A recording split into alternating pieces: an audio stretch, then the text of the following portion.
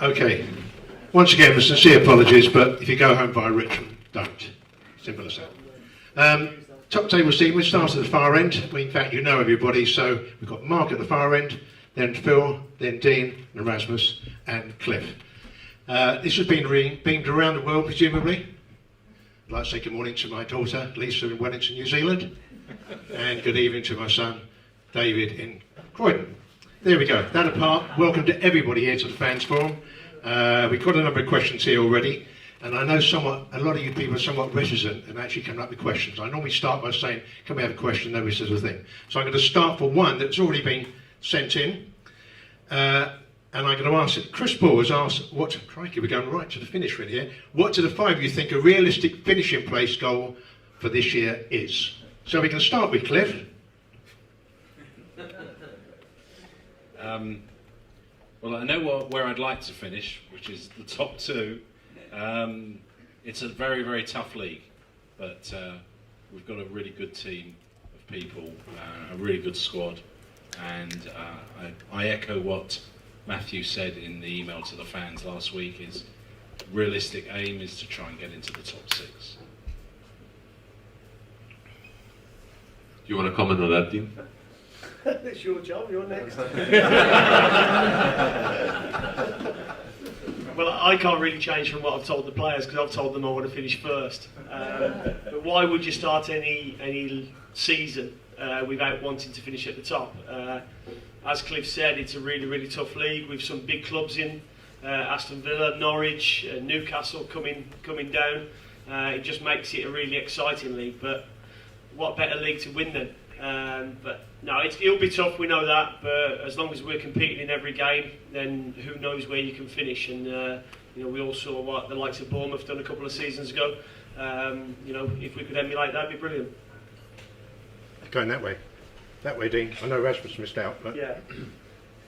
I think top six is incredibly realistic, to be honest with you. I think the way we finished last season, we'll continue like that. I think it's definitely within our compass, and with a fair wind, maybe even emulate what we did a couple of years ago. I think that's completely realistic. And who am I to argue with any of these esteemed gentlemen? I think it's going to be a wonderful season. It's incredibly challenging. Newcastle and Aston Villa add to the rich pageantry, and even playing Burton for the first time is going to be interesting as well. So look, we've got with Dean, the management team, and a group of players that I think we can all be proud of.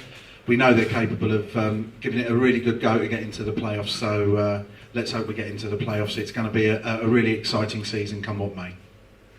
And finally, Erasmus.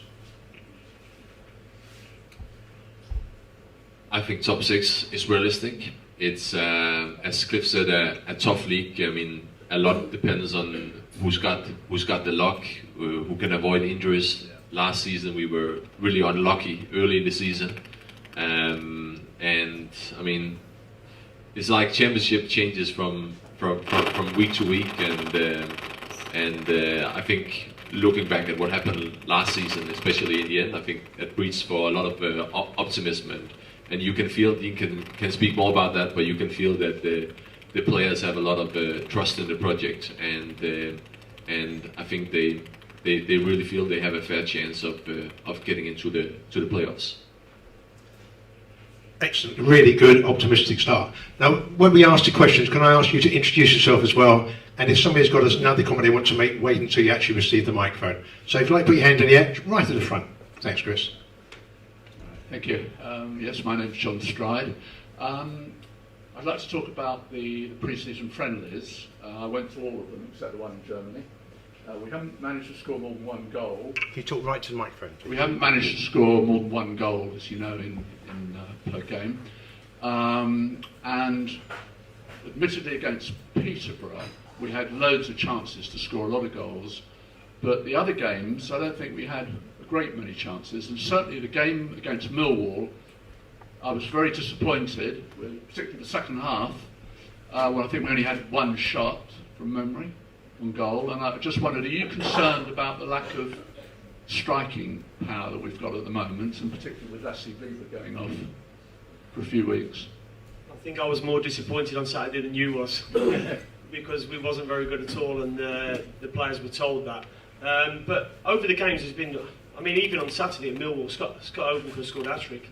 Could have scored a hat-trick against Peterborough, and he'll be the first one to admit that. So we have been creating chances. Peterborough was more about what we were about in terms of how I wanted us to play. Pre-season games, I never take too much off them. I've lost all 6 and then won the first game, and you've won all 6 and then lost the first game. So the key thing for me, and you've probably seen my comments already, is to try and get through to the first game of the season with a clean bill of health and with lads fit and ready to play the first game. Because no matter what pressure you put on the players, they still know it's only a friendly and there's nothing really there for them. And it had the trait of a testimonial pace on Saturday, and the lads got reminded that, and it was very disappointing. But you know, as I said after, we came through it without any injuries, so that was the pleasing part. Thanks, Dean. Thanks, John. Sorry. I'll try and mix them out. The next question is one that's been sent in already, and I can address it to either Phil and or Rasmus. They're talking about Hota. Can he be recalled, and what are the plans for him?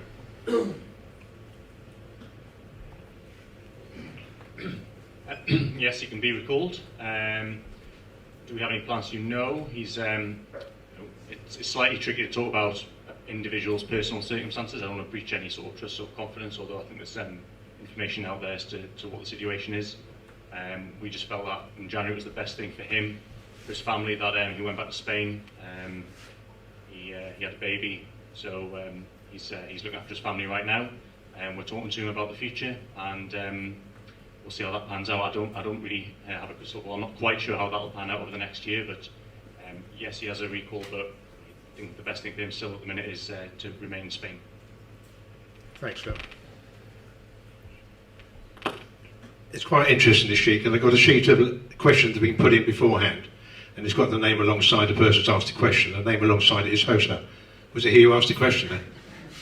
Maybe a typing error. Okay, is anybody else on the floor? The question? Right at the back. That's challenging. Chris, one at the front and now one at the back.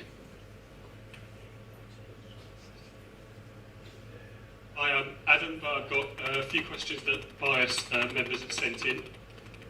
So first one is for Dean Smith from someone called Alex. He says, are you looking to strengthen the defensive midfield area for this season, or do you think we're already adequately covered? At the moment, we've got 4 centre midfielders in Josh McEachran, Alan McCormack, Nico Yanaris and Ryan Woods. And you know, to strengthen the midfield, you'd end up having 5 centre midfielders, and I think even, you know, a few of the bigger clubs, it's a few too many to have. So I don't foresee any of them going at the moment, so we won't be. If we could, we would. But I think you'll all agree that I thought Nico Yanaris at the back end of last season was excellent. He gave us energy, athleticism, mobility, and he broke a lot of play up for us, which enabled us to go on the run we went on. So, you know, I'm hoping that, you know, he can come through. He's back training today. He's missed a few weeks, and be a big part of the plans in there.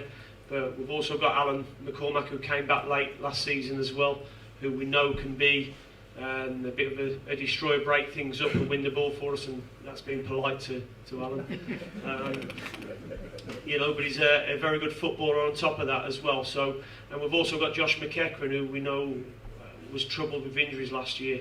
You know, 2 metatarsal injuries, and he couldn't play a match until the Wickham game. So that's the first 30 minutes he's had. So he's getting fitter and fitter, and we're hoping that, you know, that will see us in good stead. If it doesn't, and we need to strengthen, then we will.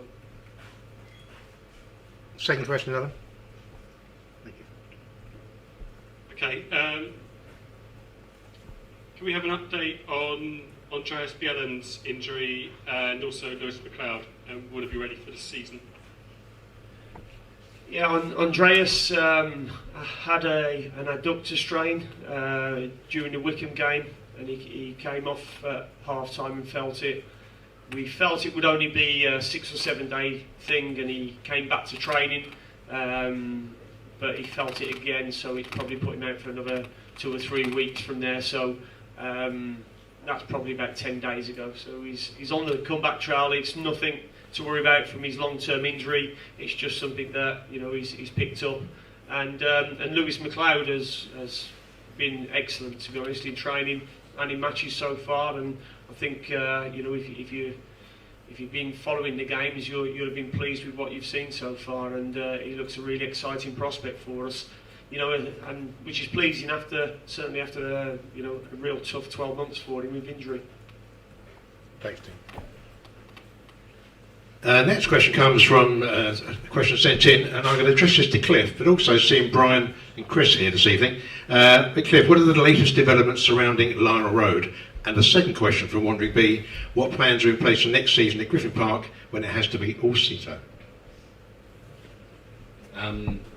In relation to the new stadium, it's a process that seems to be dragging on, but it's something that we have to go through. And having been successful in the compulsory purchase order earlier this year, we went through a more legal process, and something called a GVD was issued on Friday. That was on the council website today, and that will take us another step along the path to the new stadium. But there's plenty more work to do, and we just have to watch this space, but we're working as hard as we can to get there as quick as we can, but there's plenty to do. So I would say that as each month goes by, we get a little bit nearer to where we want to be, but these things do take quite some time. As far as Griffin Park and next season's concerned, I think I'll pass that over to Mark, as he'll probably have the latest information on that one. So the latest on that is that only this morning I responded to the Football League, who were just asking for, actually they were asking for an update on our dressing rooms, because there are a number of issues with the stadium, both in the Championship and indeed Premier League, once we get there. So given the news that Cliff has said there, and the fact that we're inching towards the new stadium, and that we're hoping to be on site early part of next year with a bit of luck. Don't hold me to those dates, but that's the hope and the plan. And on that basis, I've responded to the Football League, and what we're really looking to do is to ask them for further dispensation for the lifetime of Griffin Park. That said, we have already taken some. We've already looked at what we would need to do to put in temporary seating at both Ealing Road and Brook Road, and if we have to do that, then we've already got a good idea of what that would cost us and what that would reduce the capacity down by, and the answer to that is by about 1,000. But we're hoping the Football League will see sense in the fact that the new stadium is getting closer day by day. They wouldn't want to reduce what's already a small capacity any further, and to make it even more difficult for us to compete in, as we said earlier, is a very difficult championship. So we've got it all in hand, and we're hoping that we'll get further dispensation from the Football League. Take a question from the floor. Sorry, I should say the EFL. All right. Sorry. You're right, Dave. Question from the floor, anybody? Right at the front. Thank you. And then Kevin Carney, just a couple of points, and it excludes the present leader here. Last season, in that Doll's House Cup against Oxford, it cost me money. I come in here, and there was no effort from the team. The only one, they brought him on late in the game, they brought on McCormack, who had fight. He battled, but the rest of the side, it was just a non-entity. I know the pitch was bad, but Oxford were up for it. The same, you go to friendlies. I mean, it may be irrelevant, friendlies, to you people on that top table there, but for the supporters who go along, been working all week, they go there for a bit of entertainment. Went to Wickham were up for it, as though they were fighting for their jobs. Some of the Wickham players just remain at Wickham. And I found some of the Brentford players, they lacked that desire in that particular game, but that may be a one-off. We've got Exeter in about a fortnight's time. Is there any point going down to Exeter if it's totally irrelevant? if you follow my train of thoughts, it's going to games. That's the question. Okay, we got the question. Yeah. I think it is worth going down there, but we'll pass it on. Dean. He said excluding me, didn't he? Yeah. Did he? Well, no, excluding last season. Last season excluding you. Could be playing for Oxford.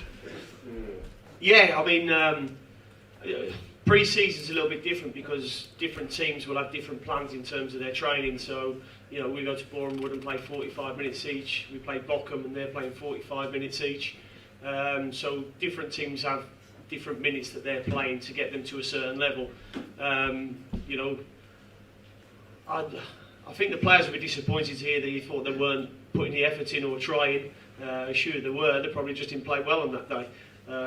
But no, we'll be going down to Exeter to try and win the game. That's what we try to do, or a team of mine will try to do every time we play. So it might not be blood, guts and thunder for you, but hopefully footballing wise we can, you know, show what we're about and compete with anyone. Chris, 5 rows back, far end. Thank you very much. Thanks, Dean. It's Alf Bolden. Next year, 50 years ago, QPR tried to take our ground from us. Have the club anything in place to celebrate their failure? Do the double over. Great point, Al. Great point. Mark.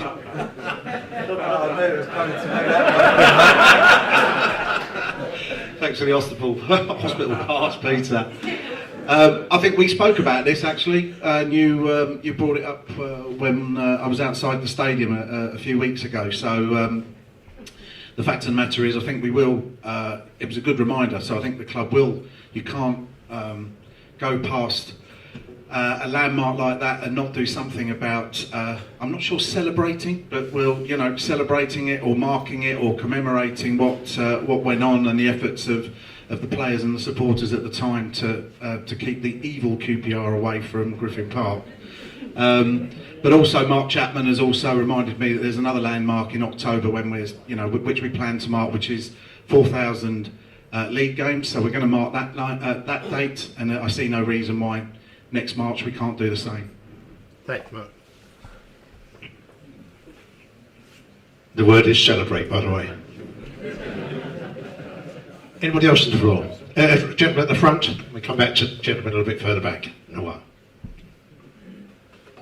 I'm Stephen Clark, and I'd like to really congratulate Dean on turning last season around. I thought it was fantastic for the end of the season. And you mentioned about when we started losing players, you brought players in and they seemed to sort of rise to the occasion. Nico Yanaris was one of them.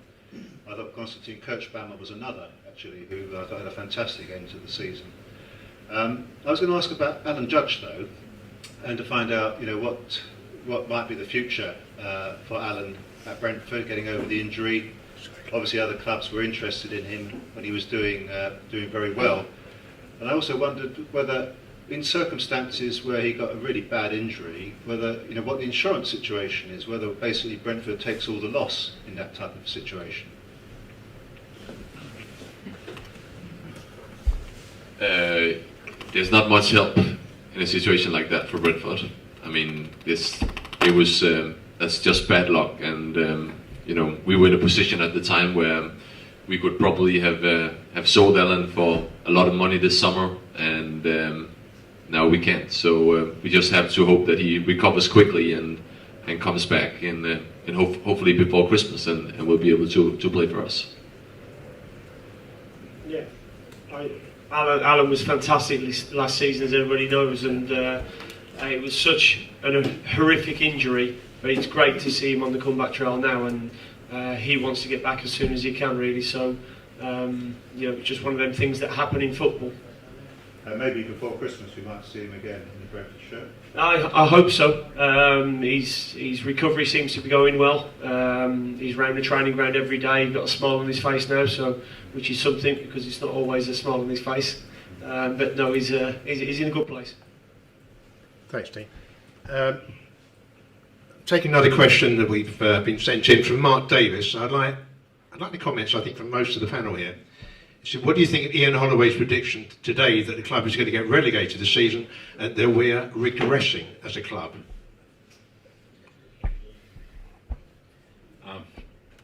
I just think it proves that he doesn't know a great deal about football, particularly in West London. I don't know where he gets his information from to come up with a prediction like that, but I just ignore it, frankly. Ian Holloway said we're going to get relegated and the club are regressing, going backwards.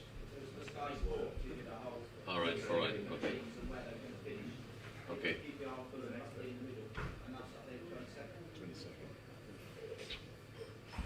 That's not what the smart one says, is it? No.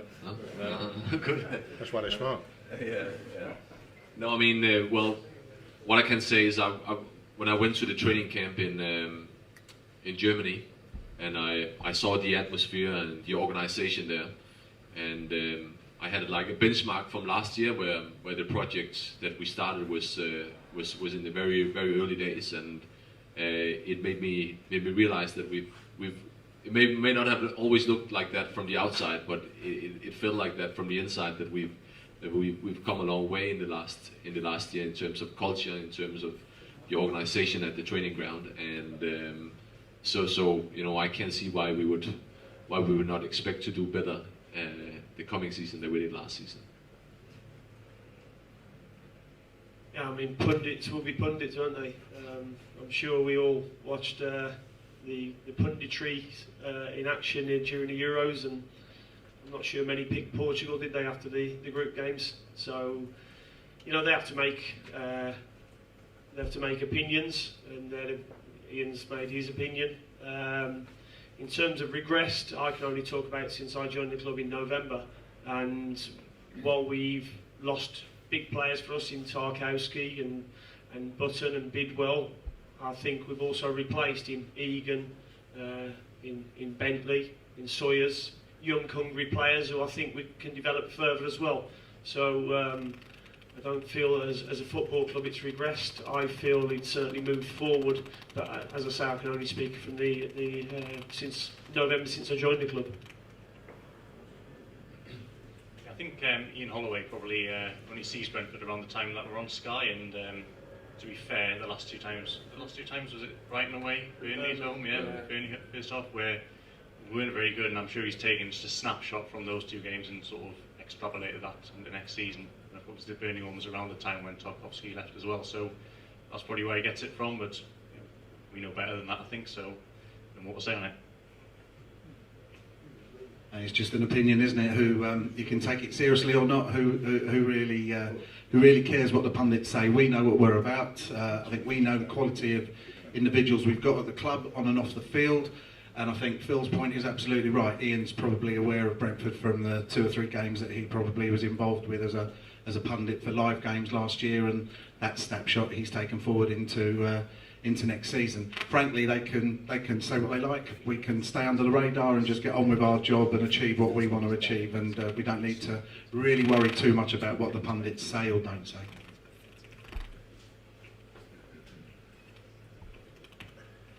I just think it sour grates to a former QPR manager to start with.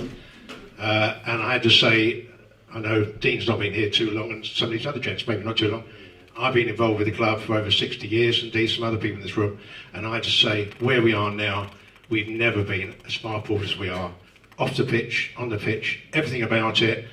I'm really fortunate that I live the dream, that I work with the club day in, day out, and the quality of the players, the quality of the camaraderie amongst the players.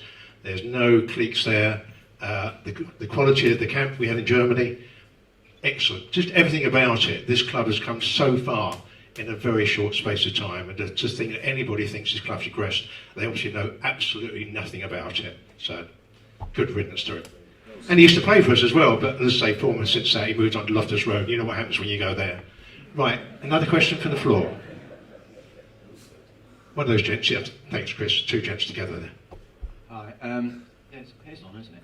Derek Carter. My question's about player recruitment, and that's probably to Phil or Rasmus, both. We hear a lot about statistics, and I'm not interested in statistics, that's been done to death, but we do also hear sometimes about how the personality and the background of the player is involved in the selection process. And then when I listen to their interviews on Bees World or Bees Player, I often see that there seems to be a pattern of common characteristics that I see. Could you maybe elaborate a bit more on those indicators, KPIs, let's say, that you look for, but in the selection of the character and the social aspect of the person rather than their statistics as a player? What common characteristics do you see? Okay, I look for that they seem to be quite well-grounded individuals. They, all bar one or two, don't seem to be big shouty type people, and they seem to really want to focus on improving, seeing that they have weaknesses and want to improve, and also that they talk a lot about the friendship and the way the group works together. Now, obviously, I know a little bit about making up groups of people that need to work together, and so on that basis you may need to have a group of people who are different but also similar in some ways to be able to work together. I just wondered maybe what you use as your criteria for selecting. Yeah, thanks for the question. You're definitely right that there is only so much that the statistics can tell you, and sometimes when you hear about Brentford in the media, it sounds like that's the only thing we're doing to drive recruitment. But looking beyond the what the football player, looking what kind of person is behind is really important to us. And Dean always meets the players that we sign, and obviously that's one way of getting a feel for what kind of person it is. But we do a lot of work trying to get character references on players from people who shared the dressing room with them, former coaches, other people in the football world. Because I think at the end of the day, the most effective job interview is when the guy doesn't think he's in a job interview. Because then you see a real character. That's why we feel it's often more important to speak to the guys who shared the dressing room with a player than actually to speak with himself. Yeah, that's one we do. Would you want to add something, Phil? Not really. I think being a team player, no egos. We don't really want to bring big egos up. I'm the big man in the club. I think that wouldn't really fit with Brentford the way we are, the way we're set up. So that's one thing we definitely try and avoid.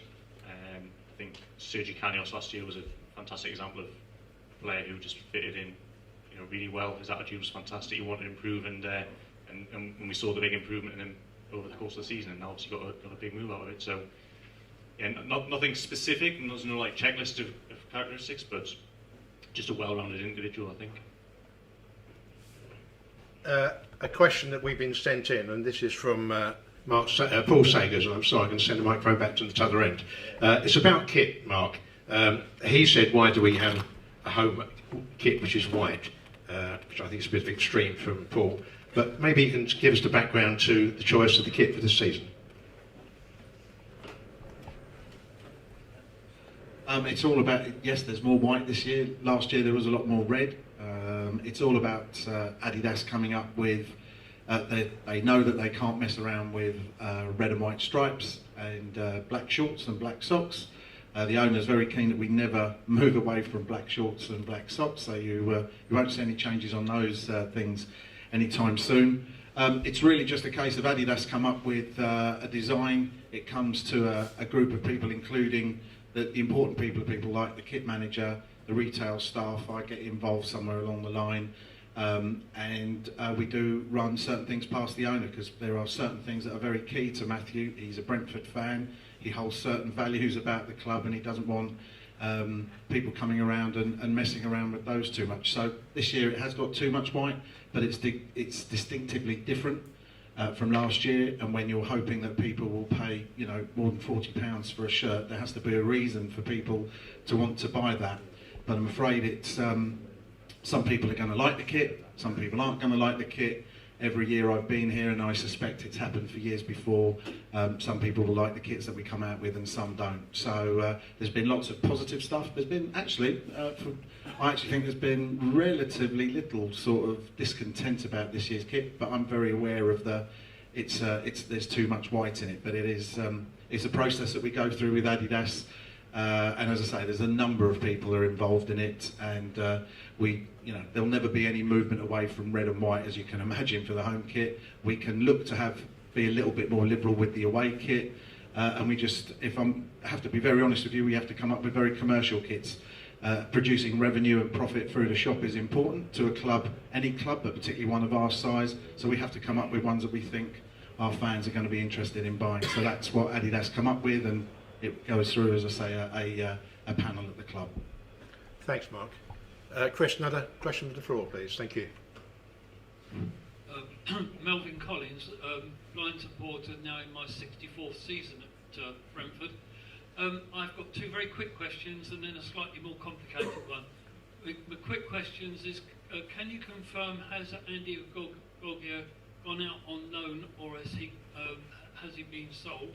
And the second one is, can you give us an update on whether or not we're going to sign Ledesma? My more complicated question, I think most of us can understand, although we're very disappointed about the demise of the academy system as such, and going into the B system, or the B squad. Did we get any money at all for the sale of Abui or the transfer of Abui to Manchester United? And is there any truth that another one of our youngsters is going to Manchester City? Phil certainly, so maybe Dean as well, but Phil certainly with the academy. Okay, I'll answer the academy one first. Yeah. So Josh Bowie. So again, slightly tricky to talk about specifically what's in contracts, but with Josh leaving, yes, we've done an agreement where we're getting something as a club for him. But again, these contracts you'll see the announcements on the website, and it always says for an undisclosed fee. Well, in my experience, every single time we've done an agreement, the other club and ourselves have had in that contract states that it will not be disclosed publicly until, say, I can't sit now in front of a camera and then give you all the details, because that breaches that contract straight away. So, but we will get something for Josh, and the other player was Giancarlo. Rob Rowan's working on that one. I don't think it's been announced yet, but yes, he's on his way as well, and we'll get something for him as well. Giancarlo Paveda, that is. You just announced it. I didn't say where. What was the other question? Sorry. Andy Gogia. Andy Gogia. Okay, Andy Gogia. So Andy Gogia, yes, we had a conversation. We said, look, next season would be best if you play some games. We can't guarantee that here. I think 2 seasons running is not ideal for him. So we've given him permission to speak to a couple of clubs, and so yes, nothing's been agreed as it stands right now, but we are talking to him and some clubs about him going on loan next season. Yeah, Andy. I like Andy as a lad. Andy came to see me and wanted, to guarantees of playing football this season. Any player who comes in is never going to get a guarantee, because you pick the best team that you believe is right for that game. So, we wanted to explore other avenues to get football minutes. So that was his decision. Emi Ledesma is he's training with us still at the moment. He'll be training tomorrow, and I'll be having a conversation with him tomorrow. I know Emi from my time at Walsall. He came on trial and done very well. He's got a wonderful left foot, wonderful temperament, wonderful energy for the game. But he's come to us at the moment. He trained, I think, 2 days before he got 20 minutes against Kaiserslautern, I think it was. So he's not fit at the moment, or fit to where we would want him. So there'll be a conversation tomorrow about, whether he's prepared to stay longer to get fit, and then we'll make a decision from there, because he's different to what we've got. He scores goals and he's got great set piece delivery. So I'd like to really cast my eye over him when he's fully fit. Thanks, Dean. Chris? Thank you. Yep, Chris in the middle. My name's Dave Hunt. Just a question about the B squad. Is it a sort of mixture of the academy people and trialists? Or are the people going to be able to step up into the first team, potentially with injuries? Because obviously the loan rules are changing. And we seem to be round about the same levels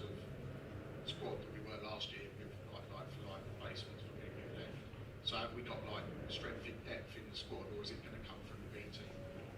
People fitting into the first team, should we get injuries, for instance? We've been injured before. Yeah, I mean, I believe that our players from the B team that can step up, and I think you'd have been impressed with by performances from the likes of Reece Cole and Chris Mepham, to name just a couple. Bradley Clayton has done ever so well as well. So it just shows that there is strength in there.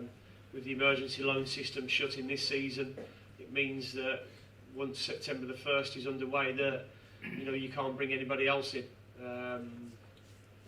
So to have that system and the high quality coaching that they'll get, and I'll have a couple of players training with me every day, so they'll be used to the system that we're playing and used to the training, and it will help us. We're aware, and we're looking to still strengthen. We're aware that the durability of some of our players who are obviously coming back from long-term injuries is probably questionable at the moment because of them injuries, but they've been excellent so far in training, the likes of Lewis McLeod and Andreas Bjelland, although he's picked up a little niggle, and Scott Hogan. These players coming back for us can only be a bonus, really. Another one from the floor, please, Chris. If there is another question from the floor, okay, I'll take one from here for the moment. This should be for Mark, and it's just talking about season tickets. They've actually said here, last time, they want to know when they're being sent out, because they said some have and some haven't. And this comes from no name at all. So there we are, I think. Media slipped it in there somewhere.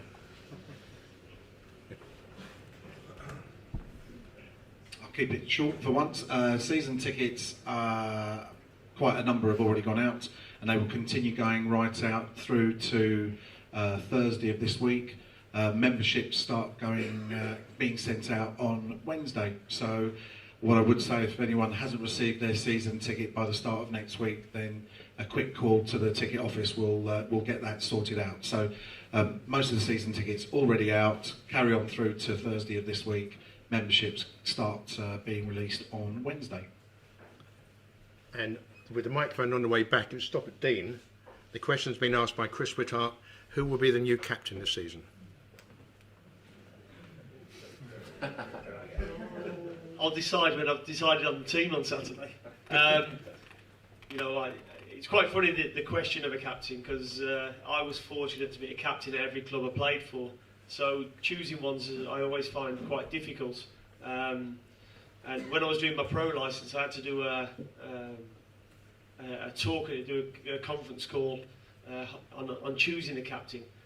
And it was quite funny because this isn't me name dropping, they were just on the course, but Roy Keane and Brendan Rodgers were both on the course with me, and so the phone call was going, okay, how do you choose your captain? And I'm saying, well, he's got to be a leader, he's got to be vocal, he's got to do this.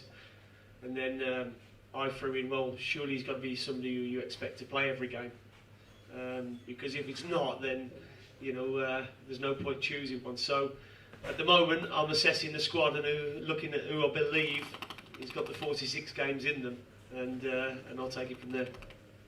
Thank you, Dean. Question for the floor? At the back. Oh, the small madam, I think, yeah.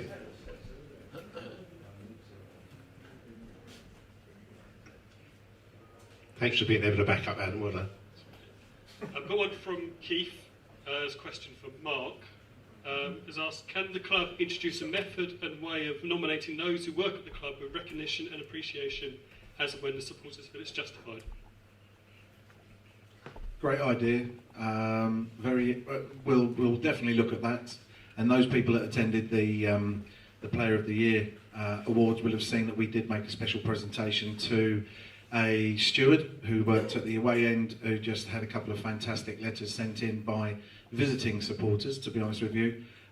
Letters that I've never seen anything like before, and it just required us to actually to sort of reward that particular steward for some outstanding customer service. We're looking to improve all around the stadium, all of our staff, match day staff and regular staff, and very happy to look at how we can come up with a scheme that rewards staff for outstanding service. And again, Adam. Yeah, thank you, Mark. And again, no more questions? Crikey. The question right at the front, Chris, that's testing you. Come on, Chris. Come on, hurry up. Yep. Yeah, that much fitter now. Stephen Clark, my second question, so thanks for that. I was thinking about the TV money and the way that football's going with the Premiership, the level of money you've got there, the money that seems to be coming into the Championship, sort of with the takeover of Wolves. It doesn't seem a very level playing field, but I wondered, we don't. I don't think Championship clubs get a lot of money out of TV, but they are crucial to the sort of infrastructure of league football in England. So I just wondered what the views are on that and how much we actually get, whether these things are likely to change. If not Phil or certainly Cliff.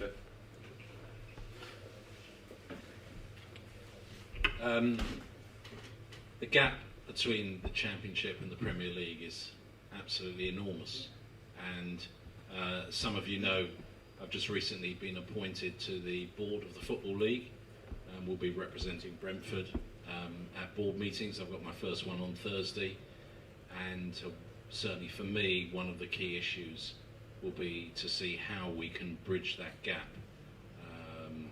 I'm not expecting any miracles, but for me it's just too big, and somehow or other we have to. You're right, the Championship is a very key component of English football, and the EFL need to improve the amount of money that we get. We've already made big strides, so in the coming season we will get 50% more money than we got in the previous season, but it's still a very small sum of money, and when you're a club of the size of Brentford, it's very challenging, as you've said, with investors coming in other clubs, but all those clubs with parachute payments.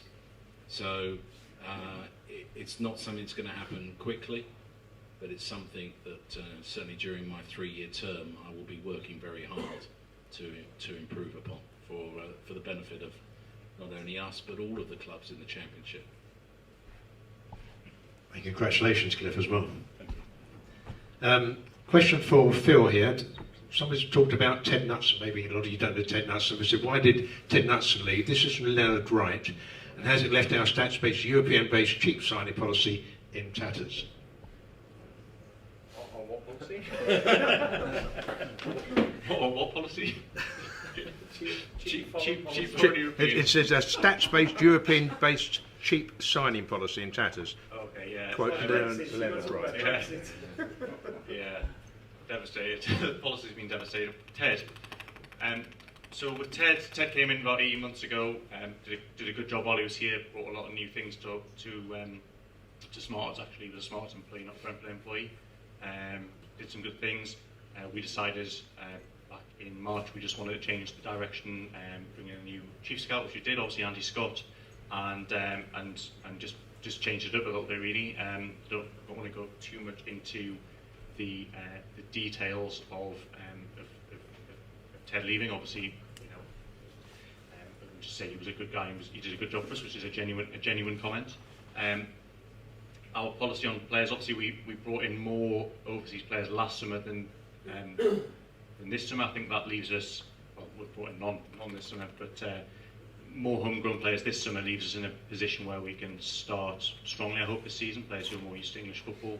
Players from last season have now adapted, so it was, we're not in any way saying we're not going to buy players from overseas now. I think it's just getting the balance right. Maybe it was a bit tricky for those players coming in last summer to all adjust and adapt together, and that cost us early in the season. But certainly there's opportunities overseas, and we'll take them again in future. Thanks, Phil. Thank you. Subject to Brexit. Somebody touched on sort of like the goals supposedly so far this season. Maybe this one's for Dean. What sort of pressure does it put on you with obviously Lasse Vibe at the Olympics, and just leaving Scott Hogan and Philip Hoffman? And any thoughts of bringing anybody in before Saturday, which is probably Phil?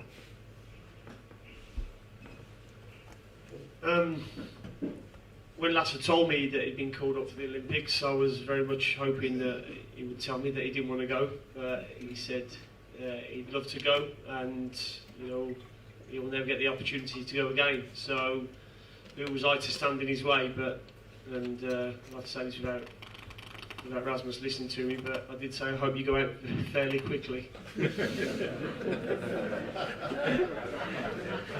Because I would like to have him back as soon as we can. So, you know, it's one of them things that he's been called up and you can't stand in somebody's way at 28 years old to go and play in the Olympics. You know, it's an opportunity for him. Let's just hope that the home nation knock them out very soon. I just want to know if there can be any sort of movement on strikers for the weekend. It's Clive Carter. On players before the weekend, possibly. We're working on players right now. I think we need another 1 or 2 in. We definitely need a wide player. We're working on a permanent signing, maybe a couple, and obviously loans. And we brought 1 loan in, and that's always served us well in the past in terms of getting loanees from the bigger Premier League clubs. And so I think that market is likely to free up a little bit over the next few weeks. Bigger Premier League clubs have been on tours. They've taken some of their younger players with them. They've had to do that with some of their senior pros playing in the Euros, and those clubs will make decisions probably towards the end of August on who will go on loan. So that is a bit out of our hands at the minute. So all we can do really is put ourselves in the best position to take those players when they come available. Thank you, Phil. Any questions from the floor? Yes, from the back. Thank you. Evening, Clive Longhurst. Questions for Mark. It's sort of 3 questions built into one, all of which start whatever happened to. So whatever happened to the investigation into people getting their bank accounts drained from buying playoff tickets? Whatever happened to the electronic scoreboard? And whatever happened to the investigations into Pitchgate?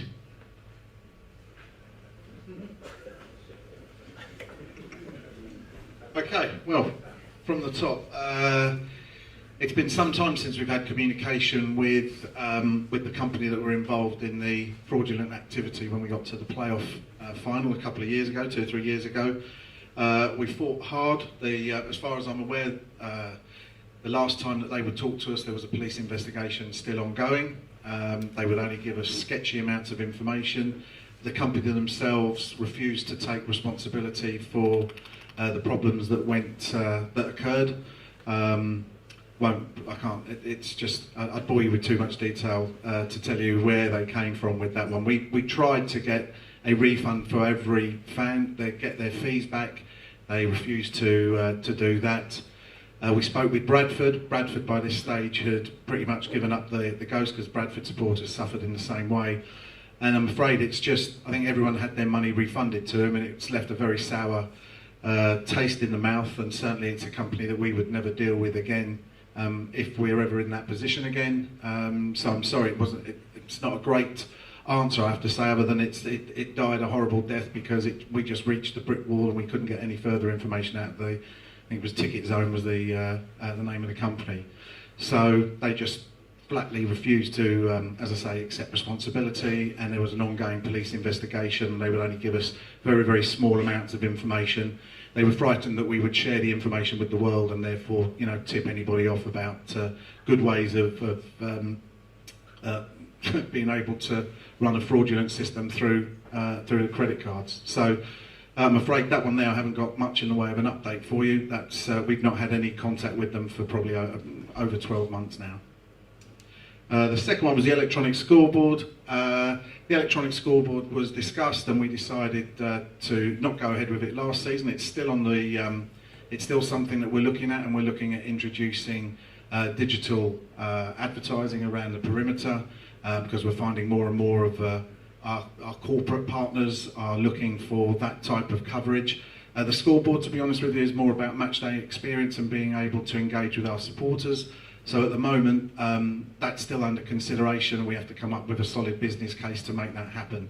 But it's unlikely to be this season, but there's every chance, I hope, that we could introduce both of those at the start of next season.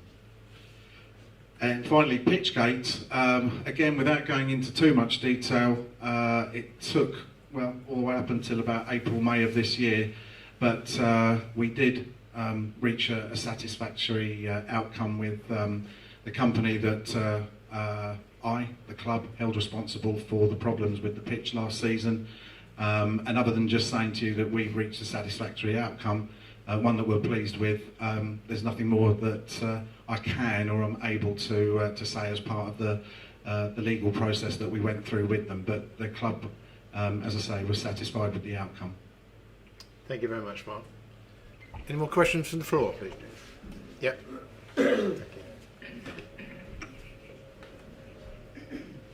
Bruce Powell, just a quick question about Sergi Canos and why, or did you pursue any interest in his transfer and any reasons why we didn't get him? Well, he was not cheap after how he's performed for Brentford last season.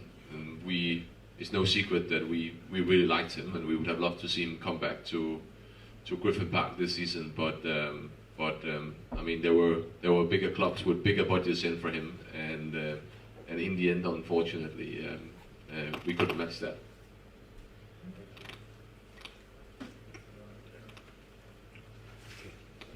Myself, Bolton again. Just wondering if we get a penalty on Saturday, who would take it? Phil? I'm not taking it. I'm not taking it. You are. Although I used to. You are. Yeah. I'm not sure, to be honest. I always thought I was a penalty taker as well. I was centre half, but I think it was because the captain and they were scared of me. But I always believed that centre forwards live and die by goals. And when you look at goal scoring records, it doesn't tell you how they scored. It just says that they've scored goals. So if you're a centre forward and you want to have a good goal scoring record, then get on penalties, is my view. Just like Alan Shearer did. Failing that, we do worse than 2 Arsenal.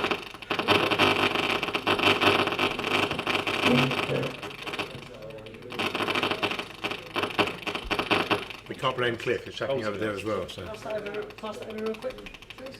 Thank you. It's not the mic, I don't know what it is. Ooh, must be you, Cliff. It's not me. Didn't realise put a static. Any more questions from the floor? Thank you very much. Thanks, Alan. Well done. Hi.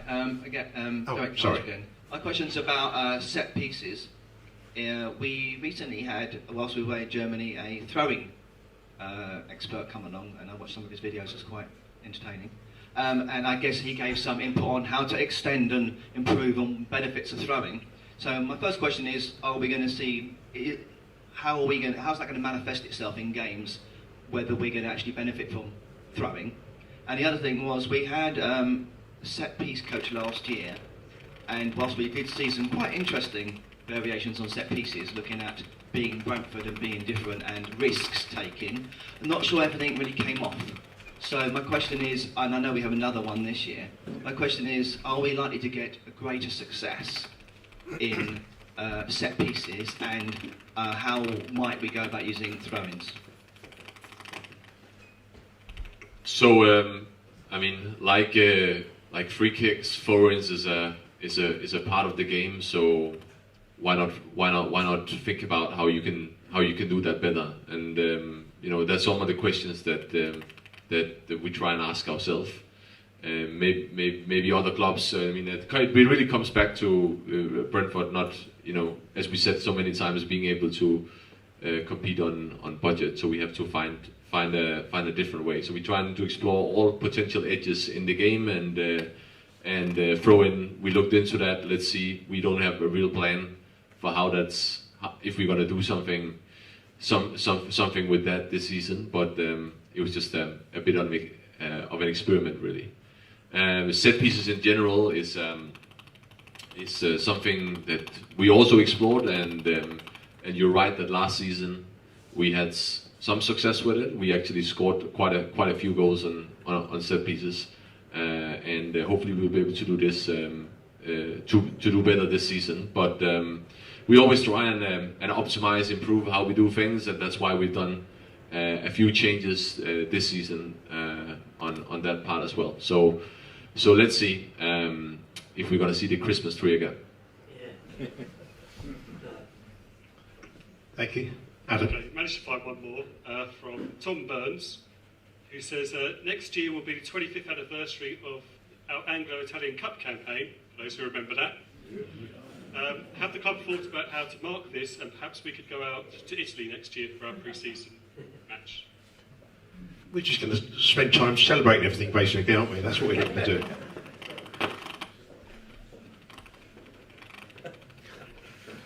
Well, the short answer to the question is no. No one's. There are no plans to celebrate our Anglo-Italian campaign.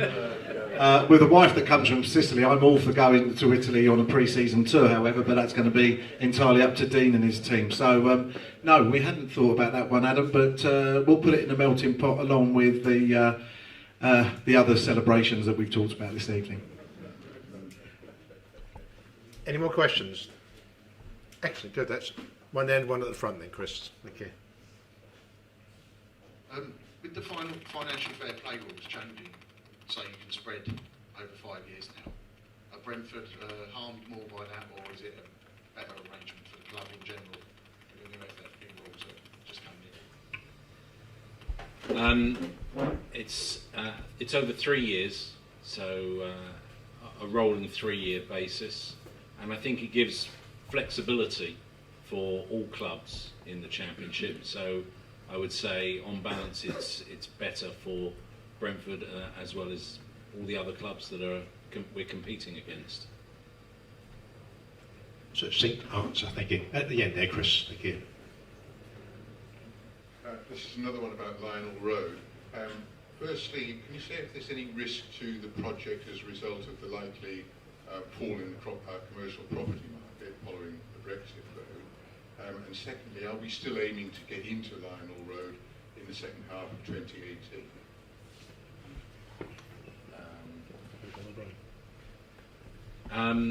I think it's too early to really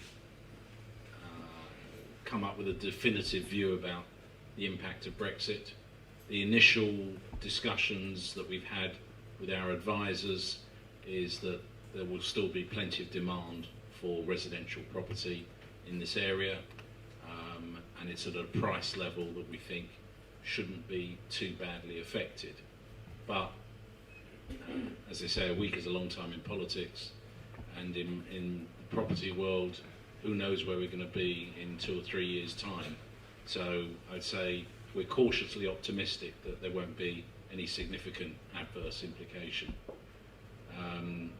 As far as timing is concerned, as I said, when I look back at my chairman's statement from 2013, I was saying that I'd hoped that we'd be in the stadium by now.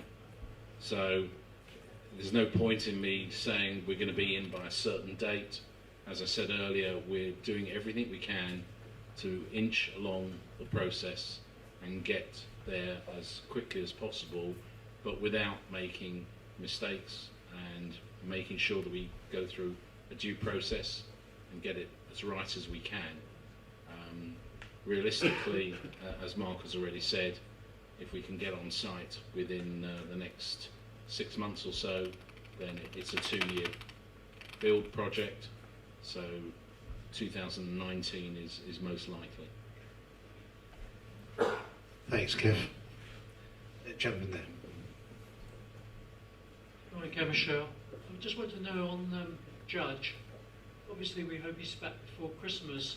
I was wondering how long is his contract going to be for, and will we be renegotiating it? Also, Alex Pritchard, I believe, is up for grabs. Would we be interested in him?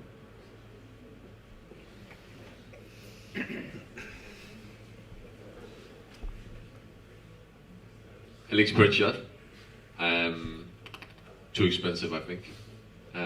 I don't think that would be an option. Judge, we haven't had a conversation with him about renewing contract or anything yet. I think we wanted him to focus on his recovery, but probably soon we need to sit down with him and discuss the future in more detail, and then we'll see what the options are. And how long's the contract on for at the moment? Until the summer.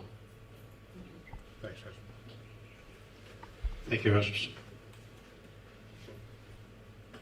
Anybody else? Any more questions on the floor? Can't believe there are no more questions on the floor. There is, just one from the front, well done. Just a quick question regarding training. Are supporters welcome to come along there on specific days? Certain days you have a D notice on it now. Do you? A what, sorry? D notice, not allowed in. Private. It's something that was a D notice. That was a bit harsh, wasn't it? A D notice. Yeah. So obviously it was security was this word. First place needs some second. Question. Yeah. We had a few issues last year, about a year ago, with people coming on the site, driving around the pitches, causing mayhem, and we saw, and also people coming in and watching our training sessions who really shouldn't have been watching our training sessions ahead of certain games. So we really had no option but to sort of shut it down there and then, because it was getting a bit out of control. Now whether that can be opened up in terms of coming on site, I don't know. That's not really my decision, but I just wanted to explain a little bit about why we did that. And also, we're going to play some B team games, obviously down there. People are coming along to watch the squads. I hope that'll continue. That people can still watch it. And obviously, we'll try and play some games at Griffin Park as well to watch the B team. So I can't say specifically yes or no, but that was the reason it was really getting a bit ridiculous in terms of security, and we had to shut it down. We're a championship club now. People were wanting to come and see our training, so that was the reason.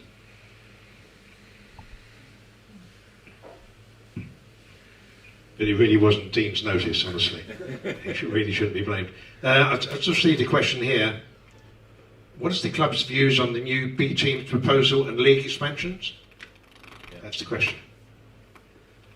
So this question refers to the first part of the EFL trophy and the fact that 16 Category 1 clubs are entering their B teams into the competition alongside all of the teams from League 1 and League 2.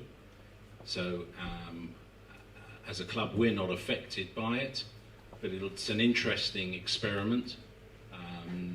It got approval at the EFL conference in June on a one-year trial, and for anyone who's been keeping up to date, they'll know that of the big 6 clubs, only Chelsea have entered in the competition.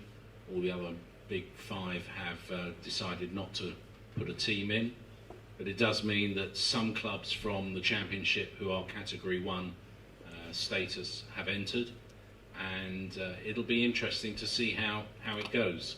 The key objective, as we were told, was to help the development of young English players in particular, under 23s, who could get better experience by playing teams from League 1 and League 2. It remains to be seen whether they will play their first 11 in those games, but it does throw up the opportunity for some of those clubs to have some interesting matches, particularly if they get through the group stages. So it's a one-year experiment, and we'll see what happens. The other part of the question is in reference to something called the whole game solution, which was put to the EFL again at the conference in June, and this is a much more radical proposal that looks at turning the EFL into 4 divisions of 20 teams, whereby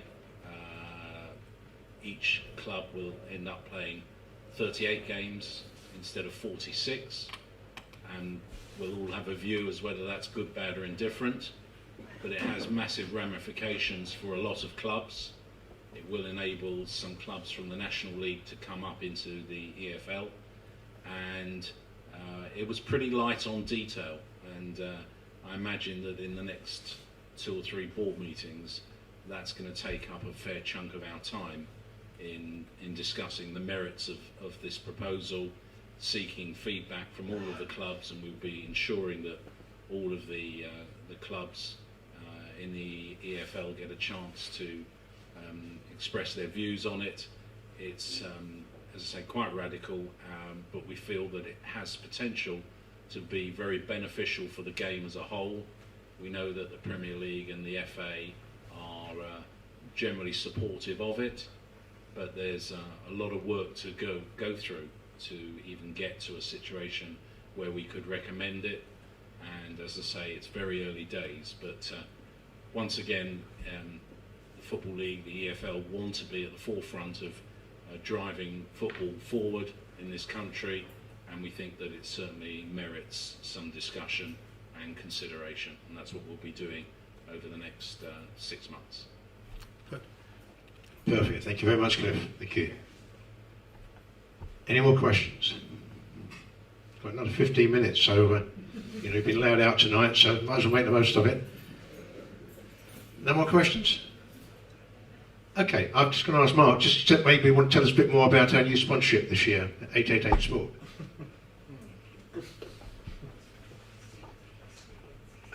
Well, I can't say too much, Peter. We've, at the request of 888 Sport, who you will or you may not know, we're one of 4 teams that they're sponsoring this year, the others being Nottingham Forest, Birmingham City and Preston North End.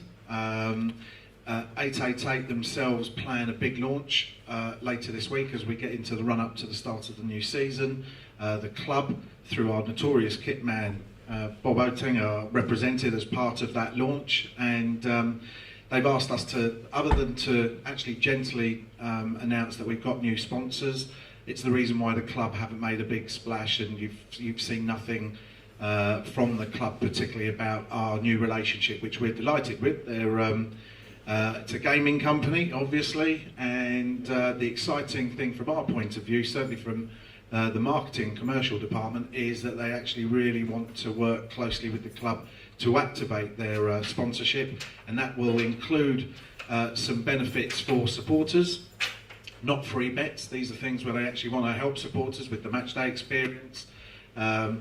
Those of you that know what's going on with Nottingham Forest when they travel to our place for a Tuesday evening, can probably work out some of the thoughts that they're having already. So they really want to work with the club for the benefit of the club and the benefit of the supporters. And as I say, it's not just about getting you guys to sign up to new gaming accounts. So it's a really positive sponsorship, but there's not a lot more I can say at the moment, as I say, particularly at the request of 888. Thank you very much, Rob. Thanks. Try to induce more questions, but no? Peter, can I just, I'm going to answer something that I've seen on the website, if you don't mind. Okay. So, I'll come back in a moment, Cliff. Okay. Sorry, I did see one question somewhere which I was asking about the number of season ticket holders we've got, and so I want to be able to say to you that we're up to 5,500 season ticket holders. So we've still got we're still slightly behind where we finished last season, but bear in mind that that included half-season tickets and certain other promotions. We're in a pretty good place, given that it's our 3rd year in the Championship. It was it was an up and down season last year, full of challenges, and given all of that, we thought we'd actually drop down to around about the 5,000 mark, and we've actually gone past that one. So we're pleased with the way it's going. We continue to sell season tickets every day. So as I say, there was a question that I saw on a message board, I think it was the GPG, asking those numbers, and that's where we are at the moment. So we're pretty pleased with them, but we will continue to come up with some creative marketing. We've even had directors, Cliff has been on the phone, calling people who have yet to renew their season tickets. I don't know if that's a good thing or bad thing to hear from Cliff on a Tuesday night. It might be better to hear from a double glazing salesman while you're watching Coronation Street. But anyway, Cliff's been doing his bit for the club as well, as have some of the other directors. So there you go, that was one question, Peter, that I read. Thanks, Mark. Appreciate that. Questions in the back? The comment on the goalkeeping situation. Simon Royce's interview on the website earlier suggested that Jack Bonham would probably go out on loan because we got 3. Obviously David Button then promptly disappeared, so we've now only got 2. Are you looking for another goalkeeper, or are we just going to stay with the 2 and forget about Jack Bonham going out on loan?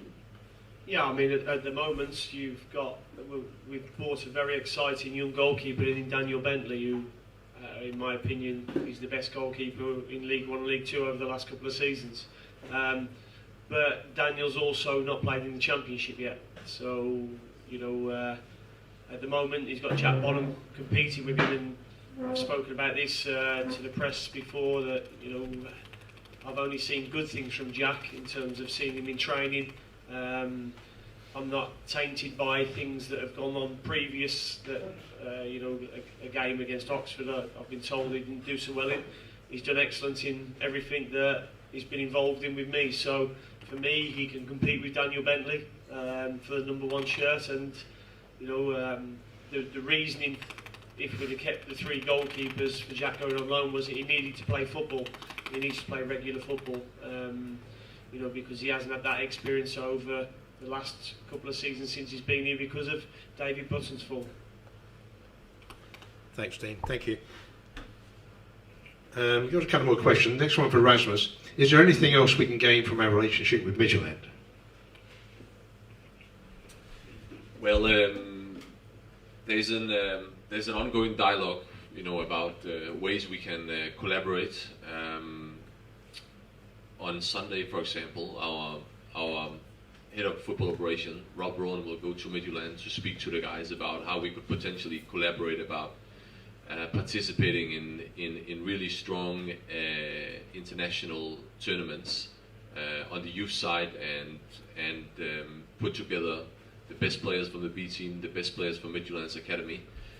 So there are ways we try and explore this collaboration, but we don't collaborate just for the sake of collaborating. It have to make sense, and there's a few things we're discussing at the moment with potential loans, potential player exchange, where it makes sense for the player and for both clubs. So I think there is a potential for doing more of that in the future, and we have a close dialogue with Midtjylland about that. Excellent. Thanks, Rasmus. Couple of questions for Phil. Do we have any further add-ons for recently sold players, or indeed a relegation bonus for David Button? And will the club always look to cash in on the player with a year left on his contract? Okay, first part, do we have add-ons for recently sold players? Yes, we do. Those come in different forms without being getting too specific about it. Promotion bonuses, appearance bonuses. Some of our players have got England appearance bonuses, even that sort of thing appears in contracts. So yes is the answer. The second one was, sorry, Peter. Will the club always look to cash in on the player with a year left on the contract? We won't.